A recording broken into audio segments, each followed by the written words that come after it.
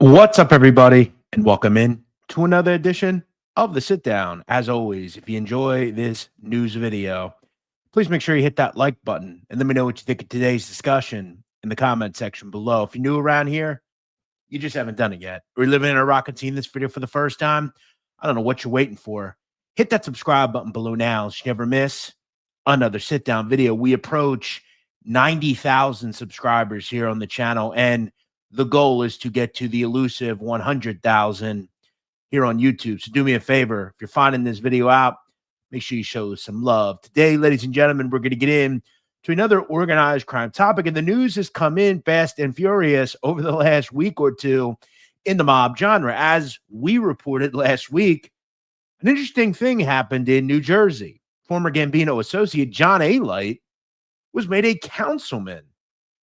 We talked about it. The genre talked about it. And what if I told you it's already a shit show in Englishtown? The story of John Alite and his controversial appointment to being a councilman, and the confusion that is going on now next on the Sit Down. Now, I'm not going to go through the John Alite councilman thing. We've already talked about it. He was appointed by the mayor in the town, this guy Daniel Francisco, and according to a recent article published to various websites, including locally in the New Jersey area, mass resignations are now happening in Englishtown, which are spurred, according to the New Jersey 101.5, as spurred by fear of mayor who appointed mob hitman. Now, more than half of Englishtown's elected officials have resigned in protest for the mayor that they say is consolidating power and demanding only what they would call yes men. Now, we would find out that 4 members have already resigned from the town council. Now, remember, this is not a big city by any means. It's a small municipality in Monmouth County, New Jersey. It's pretty insane when you have 4 council members resign. And we would also find out that a town hall is set for today in the area. And they're also wondering what exactly happened when John Alite, who is a convicted killer, mob informant, drug trafficker, assaulter, and overall bad guy, why he was appointed as someone involved in the bureaucratic, problems and successes of this town. Now, only one elected councilman remains after all these people leave. Now, keep in mind, the people that are being appointed or whatever are essentially friends of Daniel Francisco. Now, earlier this month, Francisco requested that 2 fellow Republicans on the council resign for a mysterious reason. Now, Francisco would tell New Jersey 101.5 that he asked the first 2 members of the council to resign after a, quote, local incident that he couldn't comment on due to legal issues. That said, former councilman William Lewis said he has no idea what legal issue is or what specific incident the mayor is talking about, and that they had a falling out after they disagreed about ambitions for building up the town that takes up only a half a square mile. Now, it was also reported that, it's a hostile environment and that the mayor is a, quote, little unhinged. She also would say that Mayor Francisco rarely spoke to anyone about council matters, and that comes from the wife of William Lewis. Now, Lewis's wife would also state, quote, I feel that my voice has not been heard or respected due to his misogynistic conduct, and this behavior has influenced other councilmen, residents, and spectators, leading to confrontations during meetups. So the thought is that Mr. Francisco is hiring yes men, and that John Alite is a yes man who, agrees with him politically, which we do know that Mr. Alite has donated to Donald Trump and various Republican candidates, which there's nothing wrong with that. We are not a political show. That said, regardless of who you vote for, when you have a government in a small town that's only bringing in people that fit the status quo, that can be a problem, especially when it's a small town. Now, I'm not here to talk politics, guys. I don't really want that to turn into what the comment section is. And I agree both sides do it.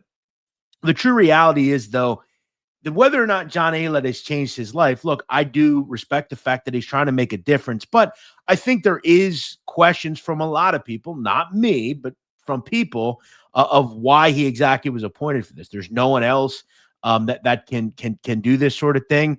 Now, we would also hear that in a statement from a person called William Sabin, who is a councilman who resigned, he would state that some different things about the mayor and that he, quote, needed yes man instead of councilman. His quote would state, continuing in the role under these circumstances will compromise my integrity, and I refuse to be complicit in a system that disregards the principles of free and accountable governance.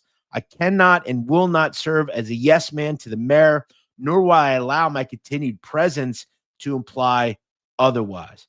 Now, this is also something that adds to the tumultuous run of government right now in Englishtown.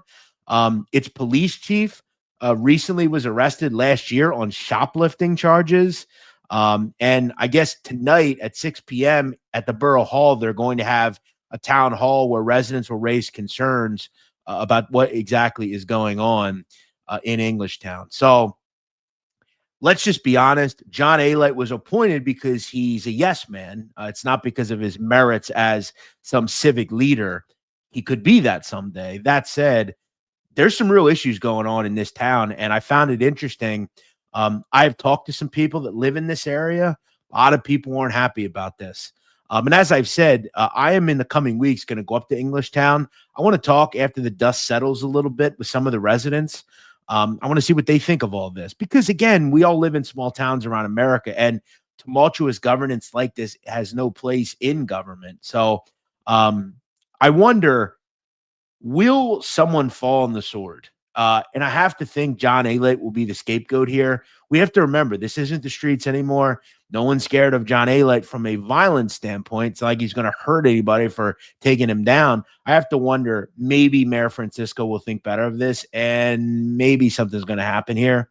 That said, it could quickly end the political career of John Alite quicker than it started. What do you think? What will happen in all this? And are you surprised by it? I guess when I thought about this and I saw the appointment of Mr. Alite, then I let the dust settle just a bit. We see that there's more problems than meet the eye in Englishtown. I guess we'll just have to wait and see what comes of tonight's town hall. If you live in the area and are going to this town hall, please get in touch with me. The sitdown777@gmail.com. You can also reach out to me on Instagram, where we have a formidable presence at this point, which I'm very proud of, guys. We're up close to 40,000 followers already on Instagram. I never thought just posting for a month or two will do some cool things. You know, it was pretty cool. The other day I was on Instagram. Bernard Hopkins is liking my page. Rick Ross followed me. Meek Mill, all sorts of entertainers and interesting people. So it's pretty cool to get the word out on all this and grow what I'm doing. So shameless plug. Go check it out. Go check us out on Instagram and TikTok as well. Let me know what you think of all this underneath the video.